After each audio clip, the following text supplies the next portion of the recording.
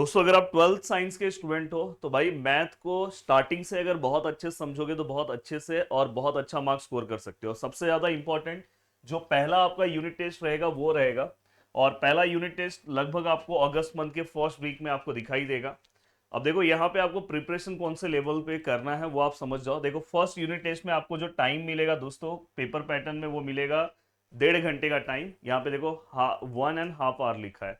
And then दोस्तों इसके बाद सबसे ज़्यादा इंपॉर्टेंट है यहाँ पे एमसीक्यूज। ये मैं आपको लाइव में कवर करा दूंगा। उसके पहले मेरा जो लाइव रहेगा यहाँ से आपका ये जो एमसीक्यू का जो पार्ट है दोस्तों वो कवर हो जाएगा। अब देखो यहाँ पे लिखा है select and right the correct answer. दो क्वेश्चंस दिए हैं, दो दो मार्क्स के लिए। क्योंकि आपको पता होना चाहिए अपने फाइनल एग्जाम में 16 मार्क्स का एमसीक्यू पूछा जाता है। तो मैं एक पेपर पैटर्न फाइनल एग्जाम का ही बना दूंगा।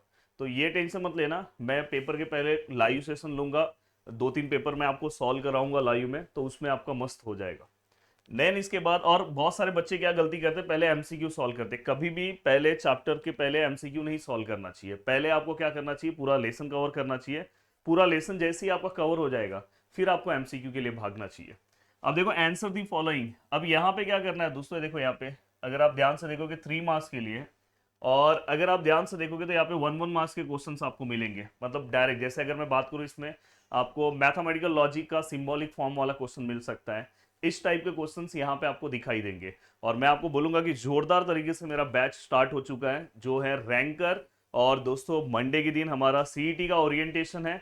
और सीईटी का जो बैच है दोस्तों वो भी हमारा जो फर्स्ट बैच है, मुझे अभी आइडिया नहीं है, शायद कल रात तक ही फर्स्ट बैच जो है हमने कंप्लीट करना था। शायद आज का एक दिन और एक्सटेंड किया रहेगा। तो अगर आपको कूपन कोड अगर आज होगा तो आप प्लीज ले लेना, क्योंकि कूपन कोड कभी भी बंद हो सकता है। एंड देन दोस्तों इसके बाद अगर हम ध्यान से देखें, अब सेक्शन बी में अगर हम आते हैं तो सेक्शन बी में अगर आप ध्यान से देखोगे तो ये 8 मार्क्स का पार्ट है। तो सीधा हमें समझ में आता है कि सर यहाँ पे देखो क्वेश्चन नंबर 3 और से लेके क्वेश्चन नंबर 8, मतलब 3, 4, 5, 6, 7, 8, और उसमें से बस अपने को 4 क्वेश्चन अटेम्प्ट करना है। मतलब यहाँ पे 2-2 मार्क्स के क्वेश्चन आएंगे। यहाँ पे एक क्वेश्चन मैं आपको बता दे रहा हूँ। यहाँ पे देखो क्वेश्चन किस तरह के होंगे। यहाँ पे आपको ट्रूथ वैल्यू फाइंड आउट करने के लिए वाले जो क्वेश्चंस है उस टाइप के क्वेश्चंस हो सकते हैं। मतलब यहाँ वाले जो क्वेश्चंस हैं वो थोड़े बहुत जैसे अगर आप मैट्रिक्स में आते हो तो वहां पे सिंगुलर और नॉन सिंगुलर, जिसको इन्वर्टिबल बोला है आपके सिलेबस में, तो वो मिसलेनियस वाला क्वेश्चन यहाँ पे आ सकता है। एंड देन इसके बाद अगर मैं बात करूँ सेक्शन नंबर सी की, तो सेक्शन नंबर सी में अगर मैं बात करूँ तो अटेम्प्ट एनी टू लिखा है। अटेम्प्ट एनी टू मतलब हमें क्या करना है, कोई भी 2 ही क्वेश्चन अटेम्प्ट करना है। और यहाँ पे हमें क्वेश्चन नंबर 9, 10, 11, 12, मतलब अपने को टोटल 4 क्वेश्चन दिए रहेंगे। और ये 3-3 मार्क्स के क्वेश्चन है। तो यहाँ पे स्ट्रेट फॉरवर्ड अगर मैं बोलूँ तो मैट्राइसिस का एक क्वेश्चन आपको दिखाई देगा। और मैट्राइसिस का एक क्वेश्चन दिखाई देने के साथ लॉजिक का एक क्वेश्चन आपको दिखाई देगा, क्योंकि 3 मार्क्स के लॉजिक के फाइनल एग्जाम में क्वेश्चंस आते हैं। तो यहाँ पे आपको वो क्वेश्चंस दिखाई दे सकते हैं, स्विचिंग सर्किट ये सब के।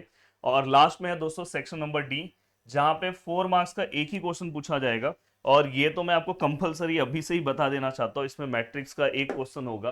क्योंकि 4 मार्क्स का जो क्वेश्चन है ना वो ज्यादातर मैट्रिक्स और डिफरेंशिएशन से ही आता है। क्योंकि अपने यूनिट टेस्ट में मुझे ऐसा लगता है कि मतलब मैक्सिमम स्कूल को, क्योंकि मैं ऑलरेडी ऑफलाइन क्लास पढ़ाता हूँ, तो मैक्सिमम कॉलेजेस को जो लेसन होगा वो है मैथमेटिकल लॉजिक, मैट्राइसिस एंड साथ में दोस्तों ये क्या बोलते हैं अपना डिफरेंशिएशन। तो यहाँ पे जो क्वेश्चन है वो डिफरेंशिएशन का है। और एक क्वेश्चन आपको लॉजिक का, लॉजिक नहीं मैट्राइसिस का मिलेगा। वो भी मैं बता दूं इन्वर्जन और रिडक्शन मेथड या तो इनवर्स ऑफ मैट्रिक्स होगा। ये 3 क्वेश्चन सॉल्व कर लो। और अगर और सेफ साइड में बचना है, टाइम पास करना है, ये नहीं सर अब इतना ज़्यादा टेंशन नहीं पालना है, तो यहाँ पे प्रूफ आएगा दोस्तों थियरम का। और वो तीनों थियरम जो है इनवर्स, आप अगर थियरम अच्छे से प्रैक्टिस करना चाहते हो तो अभी से ही आप कर सकते हो। 12th थियरम प्रदीप गिरी अगर सर्च करोगे तो आपको तुरंत वो वीडियो मिल जाएगा।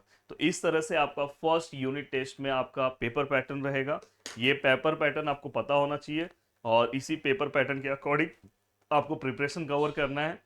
और एक और चीज आपको यह सीखना है कि अगर आप सब कुछ नहीं कर पा रहे हो, अगर आप कुछ चीजें भी बहुत अच्छे से कर रहे हो, जैसे अगर समझो आप कोई टॉपिक है बहुत आपके लिए डिफिकल्ट जा रहा है, बट अगर कोई चीजें, अगर थोड़ी बहुत चीजें भी अगर आप बहुत अच्छे तरीके से कर रहे हो तो आप उस टॉपिक के अंदर बहुत अच्छा मार्क्स स्कोर कर सकते हो। तो ये चीज आपको दिमाग में बिठा के रखना है। मिलते हैं नेक्स्ट वीडियो में। Bye bye, take care. बस आप इसी तरह से पढ़ते रहो और अपने दोस्तों तक इस सेशन को शेयर करते रहो।